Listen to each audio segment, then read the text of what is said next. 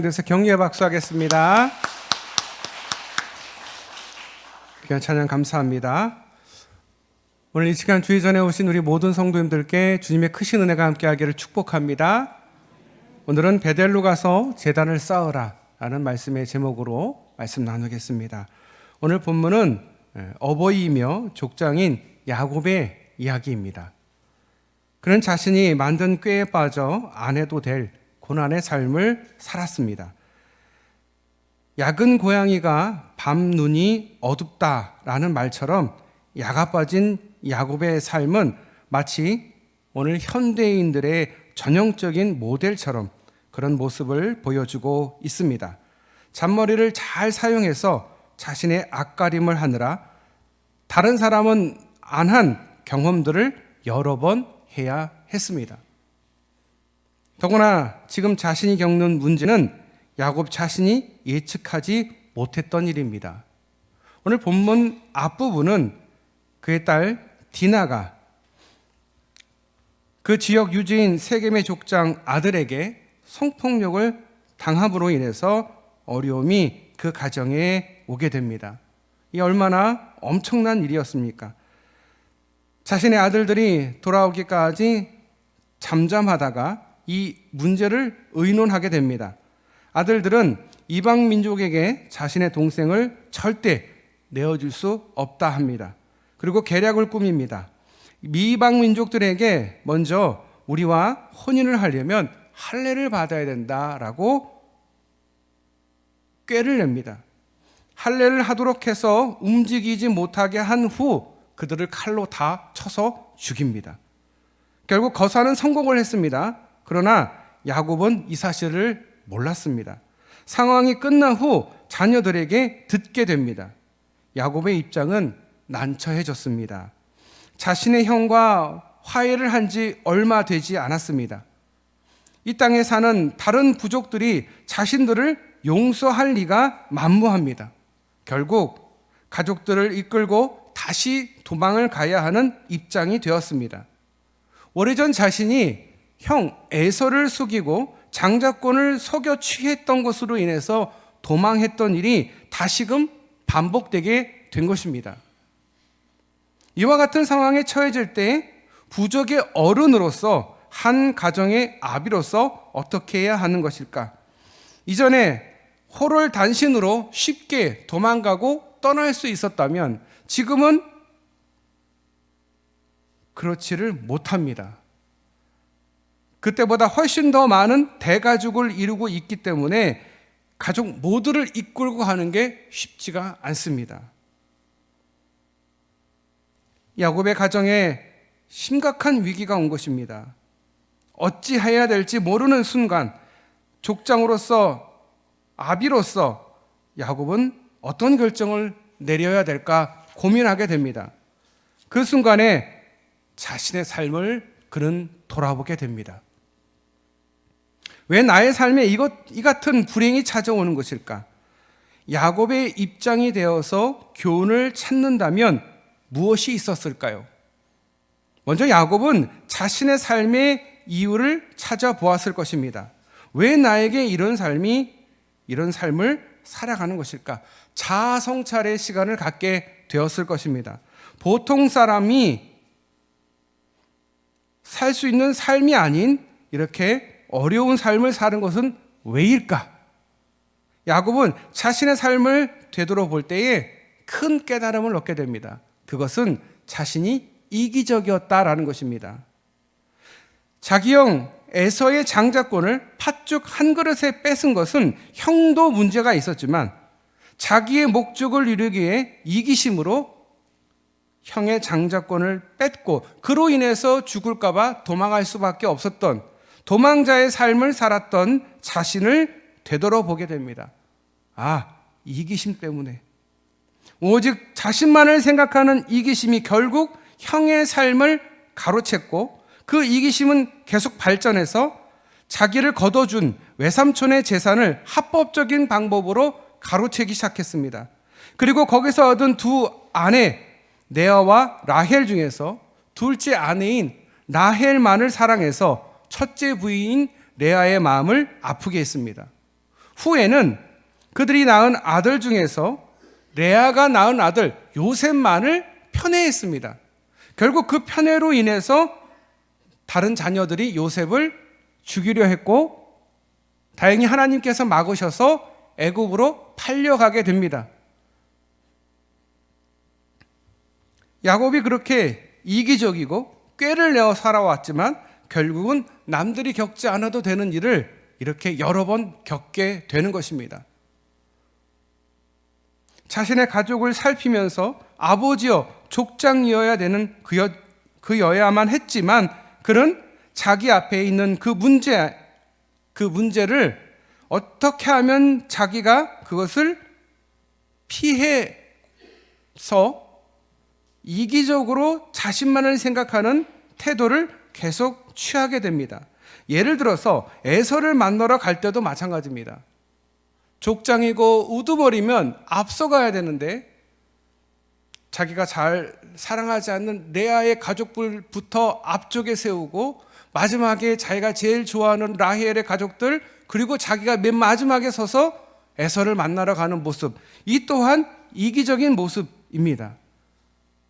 야곱은 이 어려움 속에서 자신이 이기적이었음을 자아성찰을 통해서 깨닫게 된 것 같습니다.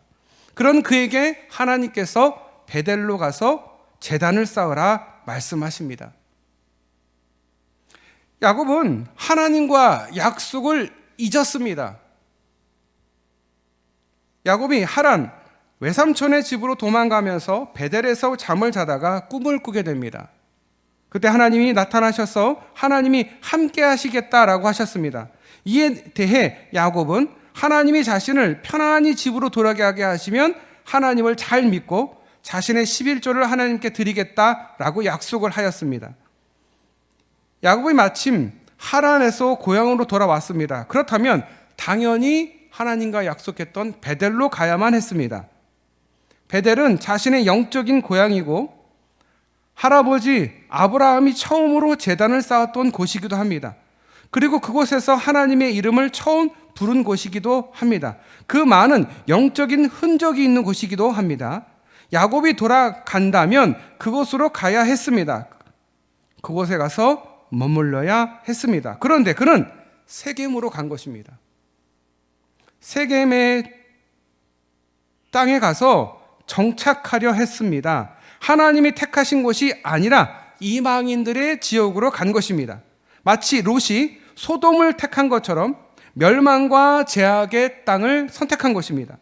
믿음의 가문이지 않습니까? 할아버지, 아버지 다 믿음의 족장들이었어요. 믿음의 리더들이었어요. 훌륭한 삶을 사셨던 분들인데 시간이 갈수록 선조 아브라함과 하나님의 약속은 점점 희미해져만 갑니다. 할아버지 아브라함이 행했던 위대한 선택은 추억거리가 되었습니다. 그만큼 환경에 좌우되는 삶을 살게 되었던 것입니다. 우리가 속해 사는 곳은 환경과 물질에 좌우되는 세속의 도시입니다. 우리가 궁극적으로 가야 할 곳은 세속의 도시가 아닙니다. 하나님의 도성 천국입니다. 우리는 천국의 시민입니다. 잠시 이곳에서 천국의 시민으로서 하나님께서 맡겨주신 일을 감당하는 것이지 이 땅에 머무를 존재가 아닙니다. 야곱도 마찬가지입니다. 하나님과 약속을 했습니다. 그러면 이제 하나님의 도성, 하나님이 계시는 베델로 갔어야 되는데 세겜으로 간 것입니다. 아브라함도 그렇고 이삭도 그렇고 상황이 어려워지면 하나님이 약속하신 가나안 땅을 버리고 애굽이나 아니면 이렇게 남방으로 피신을 갑니다. 그런데 그럴 때마다 고난이 옵니다. 그리고 깨닫습니다. 다시 돌아가야 되는구나. 야곱도 비슷한 일을 겪게 된 것입니다. 그가 어려움에 처하게 된 것은 결국 하나님과의 약속을 어겼기 때문에 그렇습니다. 야곱이 세겜에 머물면서 그것을 깨닫고 자신을 살펴보면서 자신이 결국 하나님을 잃어버렸다라는 사실을 깨닫게 됐습니다. 그의 딸 디나가 성폭행을 당한 사건을 통해서 깨닫게 됐습니다. 어찌 보면 이로 인해서 가정의 해체와 큰 어려움을 겪고 있을 그때에 그가 깨닫고 오늘 말씀에 보면 3절에 우리가 일어나 베델로 올라가자. 내 환난 날에 내게 응답하시며 내가 가는 길에서 나와 함께 하신 하나님께 내가 거기서 제단을 쌓으려 하노라 하매. 그러면서 야곱이 그와 함께한 집안 사람들과 자기와 함께한 이들에게 이르되 너희 중에 있는 이방 신상을 버리고 자신을 정결하게 하고 너희의 의복을 바꾸어 입으라 라고 말합니다. 왜 베델로 가서 제단을 쌓으라 말씀하셨고 그의 야곱은 이렇게 반응합니다. 그동안 자신이 이방 신상을 가지고 있던 것들을 다 버립니다.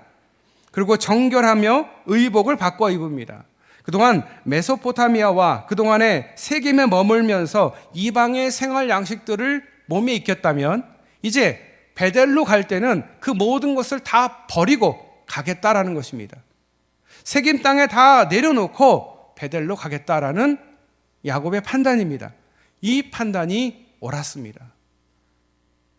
야곱은 하나님께서 베델로 가서 제단을 쌓으라는 말씀에 순종하게 됩니다. 그러므로 야곱에게 있었던 위기는 이제 모면되게 됩니다. 오늘 말씀을 보죠. 5절에 야곱의 아들들을 추격하는 자가 없었더라. 아들들을 추격하는 자가 있었으면 아들들은 아마 한 사람도 남김없이 다 죽게 되었을 것입니다.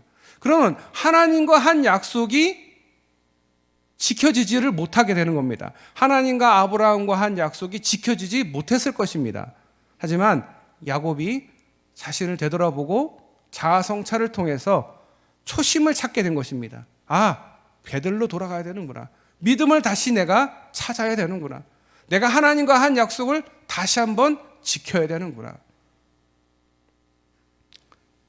하나님이 말씀하신 바 그 말씀을 따라서 다 내려놓고 가족들을 이끌고 베델로 가게 됩니다. 우리의 삶에도 처음에 하나님께서 우리와 함께 하셨던 약속, 그 약속을 우리는 기억해야 됩니다.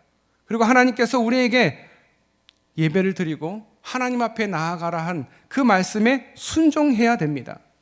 우리의 살 길은 오직 예배입니다. 우리의 살 길은 기도입니다.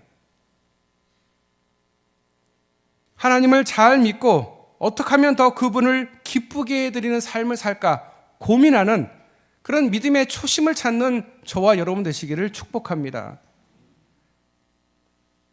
아무쪼록 여러분의 인생 가운데 하나님 앞에서 자신을 날마다 새롭게 발견하며 그 무엇이 있기를 소원합니다. 그리고 오래전 하나님께로부터 들었던 은혜의 말씀과 약속을 지키고자 하는 결단을 향해서 다시금 나아가는 여러분의 인생이 되시기를 축복합니다.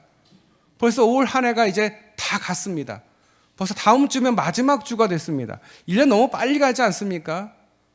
젊은 저도 이렇게 빨리 간다라고 느끼는데 어르신들은 얼마나 더 빠르다고 느끼시겠습니까? 그런데 우리 한번 생각해 봅시다. 연초에 우리가 하나님하고 한 약속들, 하나님께 내가 기도했던 것들 잘 지키고 있는지 한번 되돌아보면 좋겠습니다. 내가 연초에는 열심히 내가 기도해야지라고 했는데 점점 좀 나이가 들고 시간이 지나고 몸이 피곤하니까 하나님과 한 약속을 지키지 못하고 있는지 나 자신을 되돌아볼 수 있기를 축복합니다. 그게 은혜입니다.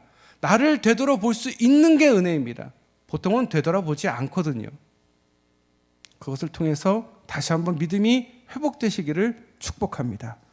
기도하겠습니다. 하나님, 우리 사랑하는 성도들 이제 연말을 맞이하게 되었습니다. 한 해 동안 하나님과 한 약속이 잘 지켜졌는지 다시 돌아보게 하시고 다시 초심을 찾게 하시고 우리 야곱처럼 하나님께서 제단을 쌓으라 하셨는데 그 말씀을 우리에게 주신 말씀임을 믿고 하나님 앞에 제단을 쌓으며 가정에서 제단을 쌓으며 하나님을 높여드리며 하나님답게 하나님을 주인 삼고 아버지 삼는 우리 모든 성도들 다 되게 하여 주시옵소서. 우리 성도들 연말에 더욱 건강할 수 있도록 올 한 해도 축복 주셨는데 내년도 주님께서 축복하여 주시옵소서. 힘들고 어려울 때마다 하나님 앞에 엎드려 기도합니다. 우리 성도들의 기도 하나도 빠짐없이 다 들어주시고 응답하여 주시옵소서. 우리를 사랑하시고 우리를 구원하신 예수님의 이름으로 기도드립니다. 아멘.